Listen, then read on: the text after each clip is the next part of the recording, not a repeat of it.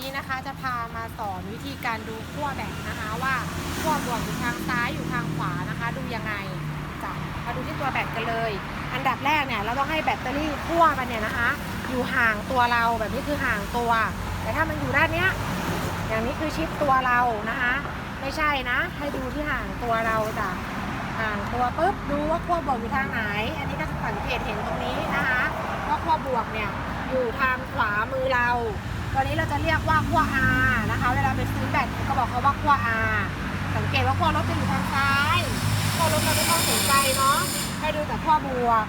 อยู่ขวาคือขั้ว R นี่นะคะรถกระบะเก่าๆทั่วไปเนี่ยก็จะใส่เป็นขั้ว R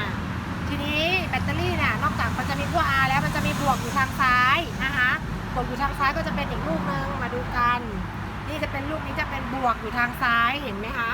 ทีนี้ลูกที่บวกอยู่ทางซ้ายส่วนใหญ่นะคะก็จะมีตัว L นี่ตัว L เนี่ยอยู่บน